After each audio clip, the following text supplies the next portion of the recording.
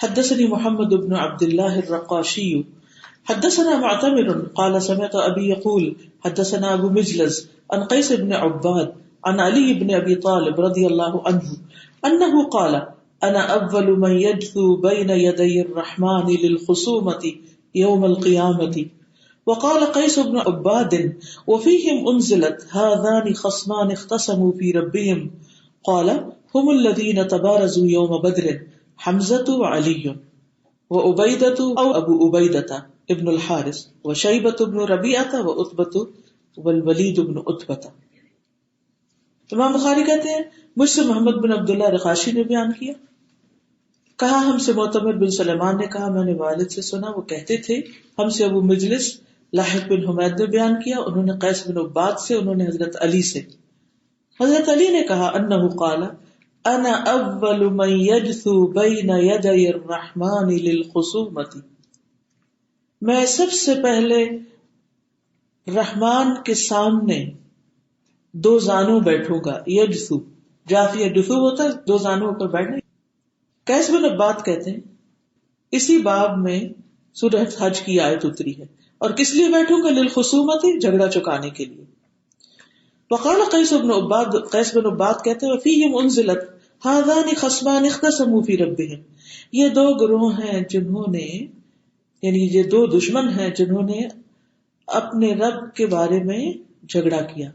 قال کہا ہم وہ الذین وہ لوگ ہیں، یعنی اس آیت کا پس منظر کیا ہے، یہ دو گروہ کون سے ہیں؟ الذین تبارزوا یوم بدر، جنہوں نے بدر کے دن مبارزت کی. مبارزت ہوتا ہے آمنے سامنے آ کر لڑنا. وہ کون کون ہے؟ مسلمانوں کی طرف سے حضرت حمزہ اور حضرت علی اور عبیدہ یا ابو عبیدہ ابن الحارث، اور کفار کی طرف سے شیبہ بن ربیعہ اور عتبہ بن ربیعہ اور ولید بن عتبہ. تین ادھر سے تین ادھر سے. اگلی حدیث بھی اس سے متعلق ہے، پھر ایک ہی دفعہ وضاحت کروں. حدثنا قبیصۃ حدثنا سفیان عن ابی ہاشم عن ابی مجلس عن قیس بن عباد عن ابی ذر رضی اللہ عنہ قال، ابو ذر رضی اللہ عنہ کہتے ہیں نزلت ھذان خصمان اختصموا فی ربہم، یہ دو گروہ جنہوں نے اپنے رب کے بارے میں جھگڑا کیا، فی ستۃ من قریش، یہ قریش کے 6 لوگوں کے بارے میں اتری، علی و حمزہ و عبیدہ بن حارث و شیبہ بن ربیعہ و عتبہ بن ربیعہ اور ولید بن عتبہ کے بارے میں. حدثنا اسحاق بن ابراہیم الصواف حدثنا یوسف بن یعقوب کان ینزل فی بنی دبیعۃ، یہ یوسف بن یعقوب جو تھے یہ بنو دبیعہ میں نازل ہوتے تھے، اترا کرتے تھے. وہ مولا لبنی سدوس، وہ بنو سدوس کے مولا تھے. حدثنا سلیمان التیمی، وہ کہتے ہیں ہم سے سلیمان التیمی نے حدیث بیان کی، اور انہوں نے ان ابو مجلس سے اور ابو مجلس نے ان قیس بن عباد سے قال، وہ کہتے ہیں قال علی رضی اللہ عنہ، حضرت علی رضی اللہ عنہ نے کہا فینا نزلت ھذہ الآیہ، سورۃ حج کی آیت ہمارے بارے میں اتری، ھذان خصمان اختصموا فی ربہم آخر تک. حدثنا یحیی بن جعفر اخبرنا وکیع عن سفیان عن ابی ہاشم عن ابی مجلس عن قیس بن عباد سمعت ابا ذر رضی اللہ عنہ، ابی ذر کو کہتے ہوئے سنا قیس بن عباد نے، یقسم کہ وہ قسم کھاتے تھے اس بات پر، لنزلت ہؤلاء الآیات فی ہؤلاء الرہط الستۃ یوم بدر نحوہ، کہ یہ آیتیں ھذان خصمان آخر تک 3 آیتیں جو ہیں ان 6 آدمیوں کے بارے میں اتری، رہط الستہ 6 لوگ، یوم بدر کے دن، نحوہ پھر وہی حدیث بیان کی جو اوپر. اصل ہوا یہ تھا کہ بدر کے دن کافروں کی طرف سے 3 شخص میدان میں نکلے اور کہنے لگے کہ اے محمد ہم سے لڑنے کے لیے لوگ ادھر بھیجو. ادھر سے انصار مقابلے کو گئے تو وہ کہنے لگے کہ نہیں تم لوگ لڑنا نہیں جانتے، ہمیں اپنی قوم کے لوگ چاہیے اپنے جیسے مد مقابل. تو آپ صلی اللہ علیہ وسلم نے اس وقت فرمایا کہ اے حمزہ اٹھو، اے علی اٹھو، اے عبیدہ اٹھو. تو یہ تینوں پھر اٹھے، اور ہوا کیا کہ حضرت حمزہ نے شیبہ کا مقابلہ کیا اور اس کو مار ڈالا، اور حضرت علی ولید کے مقابلے میں اس کو مار ڈالا، اور عبیدہ عتبہ کے مقابلے میں آئے اور دونوں ایک دوسرے وار کر رہے تھے کہ اتنے میں حضرت علی اور حمزہ نے جا کر عتبہ کو مارا تو ان کو چھڑا کر لے آئے. لیکن یہ کہ ان کا پاؤں کٹ گیا تھا اور پھر وہ راستے میں واپسی بھی جنگ بدر کے فوت ہو گئے تھے.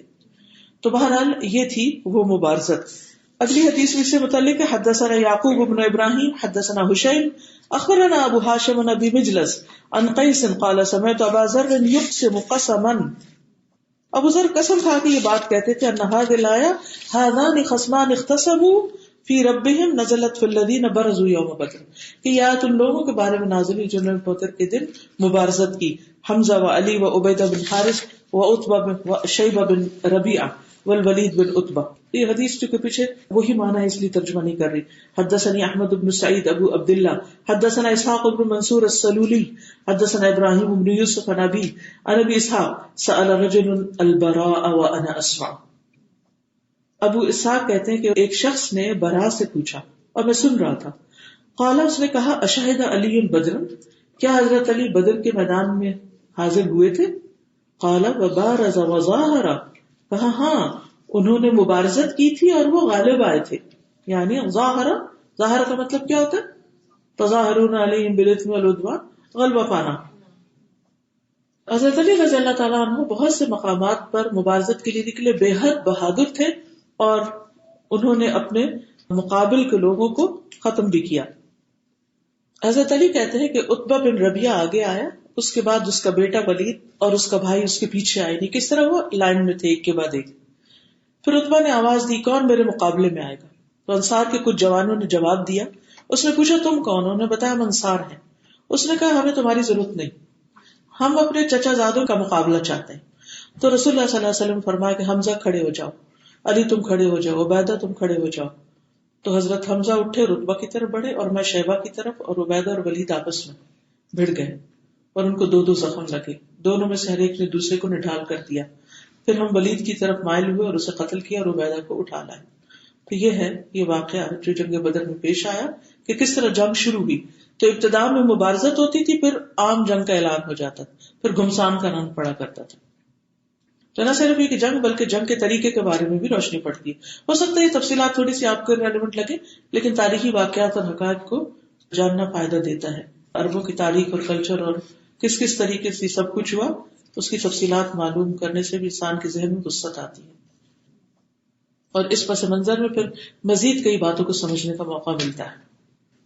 پھر اگلی حدیث ہے حدثنا عبد العزیز ابن عبد اللہ قال حدثني یوسف ابن الماجشون عن صالح ابن ابراہیم ابن عبد الرحمن ابن عوف عن ابیہ عن جدہ عبد الرحمن قال، کہتے ہیں کاتبت امیہ بن خلف. عبد الرحمن بن عوف کہتے ہیں کہ میں نے امیہ بن خلف سے ایک معاہدہ کیا. فلما کان یوم بدر، پھر جب بدر کا دن تھا، فذکر قتلہ، تو انہوں نے ذکر کیا اس کے قتل ہونے کا، وقتل ابنہ، اور اس کے بیٹے کے قتل ہونے کا. فقال بلال، تو بلال نے کہا لا نجوت ان نجا امیہ، میں تو نجات ہی نہیں پاؤں گا اگر امیہ بچ گیا، نجات پا گیا. یہ محاورہ ہے جیسے ہم کہتے ہیں نا ایسا نہ ہو تو میری خیر نہیں، میں نہیں بچوں گا، پھر اگر وہ بچ گیا تو میں نہیں بچوں گا، یعنی مجھے تو اس کو ختم کرنا ہی کرنا، یہ مطلب. حدثنا عبدان بن عثمان قال اخبرني ابي عن شعبہ عن ابي اسحاق عن الاسود عن عبد الله رضي الله عنه عن النبي صلى الله عليه وسلم انه قرأ بالنجم فسجد بها وسجد من معه غير ان شيخا اخذ كفا من تراب فرفعه الى جبهته. یہ حدیث پیچھے گزر چکی ہے، دوبارہ سے دوہرا دیتی ہوں. نبی صلی اللہ علیہ وسلم نے ایک موقع پر سورۃ النجم کی تلاوت کی. فسجد بها، تو اس پر آپ نے سجدہ تلاوت کیا. وسجد من معه، اور جو بھی آپ کے ساتھ تھے مسلم نان مسلم سب نے سجدہ کیا. غیر ان شیخا اخذ کفا من تراب، سوائے بوڑھے شخص کے جس نے زمین سے مٹی لی اپنی ہتھیلی میں. فرفعه الى جبهته، اور مٹی کو اپنی پیشانی سے لگا دیا، اس تک اٹھا کے لے گیا. فقال یکفینی ھذا، کہ میرے لیے اتنا ہی کافی ہے، یہ جھکا نہیں. قال عبداللہ فلقد رأیتہ بعد قتل کافر. عبداللہ بن مسعود کہتے ہیں کہ بعد میں نے دیکھا کہ وہ کفر کی حالت میں مارا گیا. اخبرنی ابراہیم بن موسیٰ حدثنا ہشام بن یوسف عن معمر عن ہشام عن عروہ قال کان فی الزبیر 3 ضربات بالسیف. عروہ کہتے ہیں کہ زبیر جو ان کے والد تھے ان کو 3 زخم بہت گہرے لگے تلوار کے.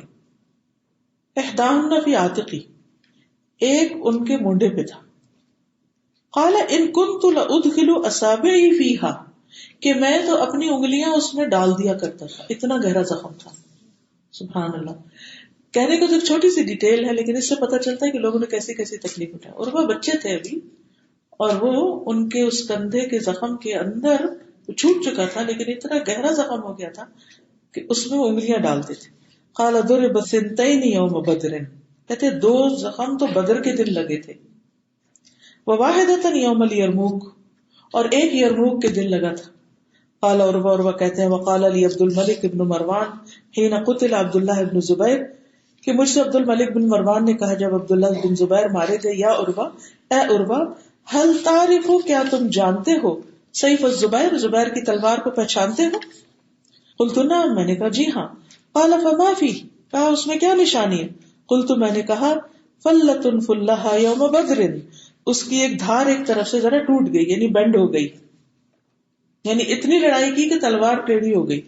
قال صدقت، کہا بالکل ٹھیک کہا تم نے. بہن فلول من قراء الکتائب، تو یہ ایک شاعر کے شعر کا ایک مصرع پڑھا جس کا مطلب یہ ہے کہ لڑتے لڑتے ان کے تلواروں کی دھاریں ٹوٹ گئی. ثم رده علی عروہ، پھر انہوں نے وہ تلوار واپس دے دی عروہ کو. قال ہشام کہتے ہیں کیونکہ ان کے والد کی تلوار. فاقمناه بیننا 3000 واخذه بعدنا وَلَوَدِدْتُ أَنِّي كُنْتُ أَخَذْتُهُ. ہشام کہتے ہیں کہ ہم نے آپس میں اس تلوار کی قیمت لگائی تو 3000 درہم اس کی قیمت لگی. ٹھیک ہے. فَأَقَمْنَا بَيْنَنَا 3000 وَأَخَذَهُ بَعْضُنَا، اور ہم میں سے بعض نے اس کو لے لیا. عثمان بن عروہ نے وہ پیسے دے کے تلوار خرید لی. وَلَوَدِدْتُ، اور میری تمنا یہ دل میں ہی رہ گئی کہ کاش میں اس کو لے لیتا، یعنی میں ہی خرید لیتا اس کو. ہوتا یہ کہ جب کوئی فوت ہو جاتا ہے تو پھر اس کے بعد اس کی وراثت تقسیم ہوتی ہے، چیزیں بکتی ہیں، پیسے ڈیوائڈ ہوتے ہیں، تو وہی صورت یہاں پر پیش آئی. اور یہ جو یرموک کی جنگ تھی اس میں بھی حضرت زبیر جو تھے وہ شریک ہوئے تھے، اور یہ شام کا ایک علاقہ ہے یرموک. حضرت عمر رضی اللہ عنہ کی خلافت میں 15 ہجری کو یہ جنگ ہوئی تھی، اور یہ کرسچنز کے ساتھ جنگ ہوئی تھی. شام کے علاقے میں نصارہ تھے، اور مسلمانوں کے سردار ابو عبیدہ بن جراح اور نصارہ کا سردار باہان تھا. اس جنگ میں 4000 مسلمان شہید ہوئے اور نصارہ 1,05,000 مارے گئے، 40,000 قید ہوئے. بدری صحابہ میں 100 سے زیادہ اس جنگ میں شریک تھے جنہوں نے بدر میں حصہ لیا تھا. حدثنا قربة عن علي عن هشام عن أبيه قال كان سيف الزبير محلا بفضة، قال هشام وكان سيف عروة محلا بفضة. امام بخاری کہتے ہیں ہم سے فروہ بن ابی المغرا نے بیان کیا، انہوں نے علی بن مسر سے، انہوں نے ہشام سے، انہوں نے اپنے والد عروہ سے، انہوں نے کہا کہ سیف الزبیر، میرے والد زبیر کی جو تلوار تھی، محلن، وہ سجی ہوئی تھی، بفضۃ، چاندی سے، یعنی اس پر چاندی کا زیور تھا. قال ہشام کہتے وکان سیف عروہ محلن بفضۃ، اور ہشام بھی کہتے کہ میرے والد عروہ کی تلوار پر بھی چاندی کا زیور تھا، یعنی تلواروں کو باقاعدہ وہ ڈیکوریٹ بھی کیا کرتے تھے. یہ کہنا مطلب. حدثنا احمد بن محمد حدثنا عبد الله اخبرنا هشام بن عروہ عن ابيه ان اصحاب رسول الله صلی اللہ علیہ وسلم قالوا للزبیر یوم الیرموک. ہشام بن عروہ کہتے ہیں کہ انہوں نے اپنے والد سے انہوں نے کہا ایسا ہوا کہ یرموک کے دن، یوم یرموک، لوگوں نے حضرت زبیر سے کہا، اصحاب رسول نے کس سے کہا؟ زبیر سے کہا، الا تشد فنشد معک، کیا آپ حملہ نہیں کرتے کہ ہم بھی آپ کے ساتھ کریں؟ فقال انی ان شددت کذبت، کہنے لگے کہ بے شک میں اگر حملہ کروں تو تم جھوٹے ہوگے. فقالوا لا نفعل، یعنی کہ پھر ایسا نہ کہ تم ساتھ نہ ہو. فحمل علیہم حتی شق صفوفهم، تو انہوں نے کہا کہ نہیں ہم ایسا نہیں کرتے، تو انہوں نے پھر کیا کیا؟ ان پر حملہ کیا یہاں تک کہ ان کی صفیں چیر دی. فجاوزهم وما معه احد، اور وہ پار نکل گئے اور ان کے ساتھ کوئی بھی نہیں تھا، یعنی اس قدر بہادر تھے. ثم رجع مقبلا، پھر واپس آئے. فاخذوا بلجامه فضربوه ضربتين على عاتقه، تو انہوں نے ان کی لجام یعنی ان کی جو زین تھی وہ پکڑ لی، گھوڑے کی بات تھام لی، اور ان کے موڈے پہ 2 بار چلائے، 2 مارے ماری. بینہما ضربۃ ضربھا یوم بدر، ان میں سے ایک تو تھی جو بدر کے دن جس جگہ پر ان کو چوٹ لگی تھی، اور دوسری ایک اور، تو کل تین وہ پھر چوٹیں ہو گئی. قال عروہ کہتے ہیں كنت ادخل اصابعی فی تلک الضربات، میں اپنی انگلیاں ان زخموں میں ڈال کے کھیلتا تھا. العب وانا صغیر، میں کھیلتا تھا جبکہ میں چھوٹا تھا. قال عروہ كان معه عبد الله بن الزبير يومئذ وهو ابن 10 سنين. قال عروہ نے کہا کان معه، ان کے ساتھ تھے یرموک کے دن کون؟ ان کے بیٹے عبداللہ. یومئذ اس دن، وہو ابن 10 سنین، اور وہ 10 سال کی تھے. سبحان اللہ. فحمله على فرس ووکل به رجلا، تو انہوں نے اس وقت ان کو ایک گھوڑے پہ سوار کر دیا اور ایک شخص کو ان کی ذمہ داری دے دی کہ تم ذرا ان کا خیال رکھنا، لیکن ساتھ لے کر گئے، اپنے کام میں ان کو شریک کیا.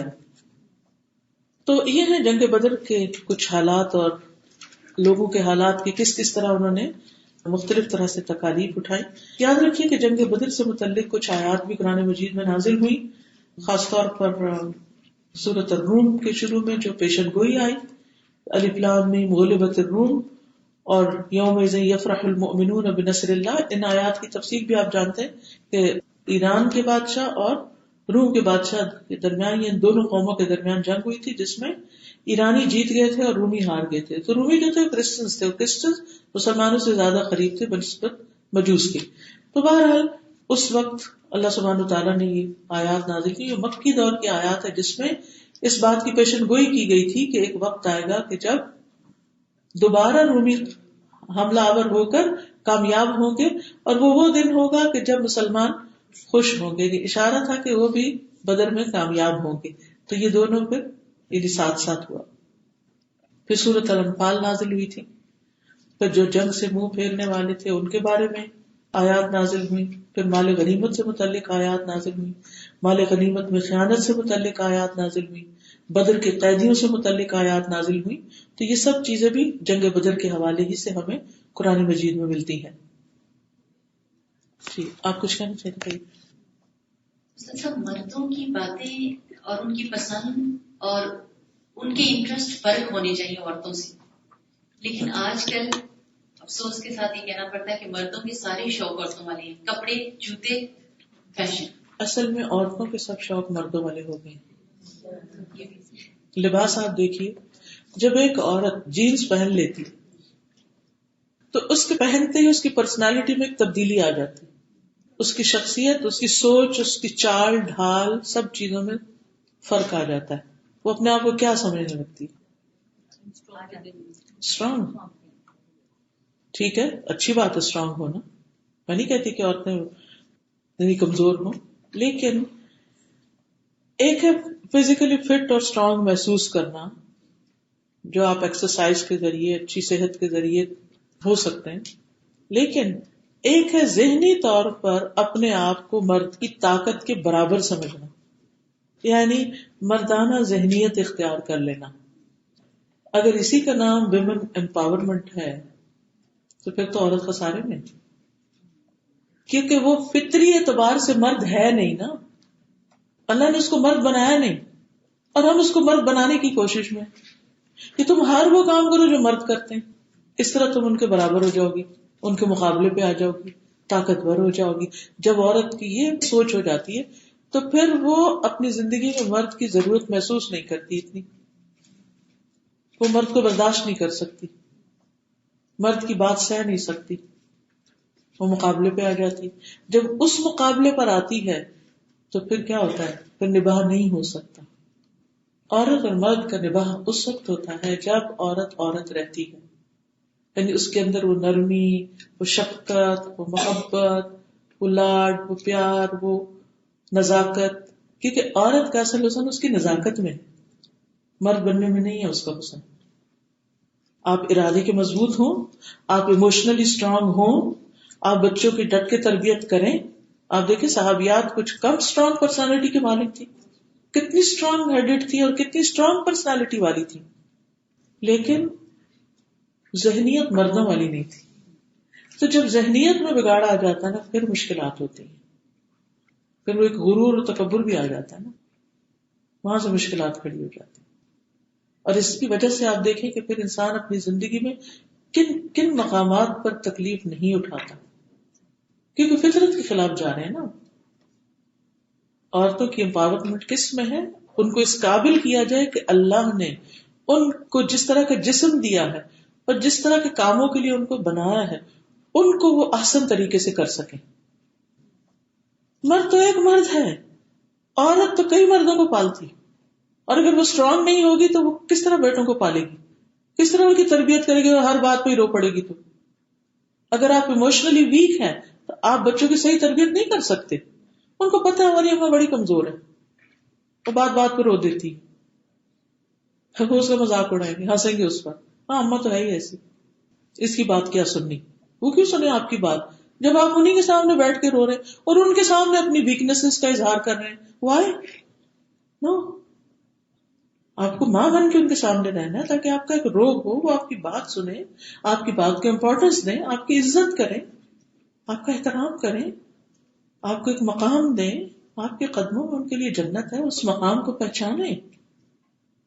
یعنی عورت ضروری نہیں کہ شوہر کے مقابلے میں ہی اونچی ہو تو پھر ہی وہ عورت ہے یا وہ امپاورڈ عورت ہے.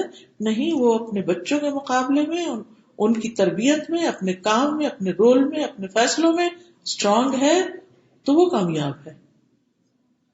تو ہر چیز کو اس کے مقام پر رکھا جائے تو ہی زندگی خوبصورت ہوتی ہے. وآخر دعوانا الحمد للہ رب العالمین. سبحانک اللہم و بحمدک، اشہد ان لا الہ الا انت، استغفرک و اتوب الیک. السلام علیکم و رحمۃ اللہ وبرکاتہ.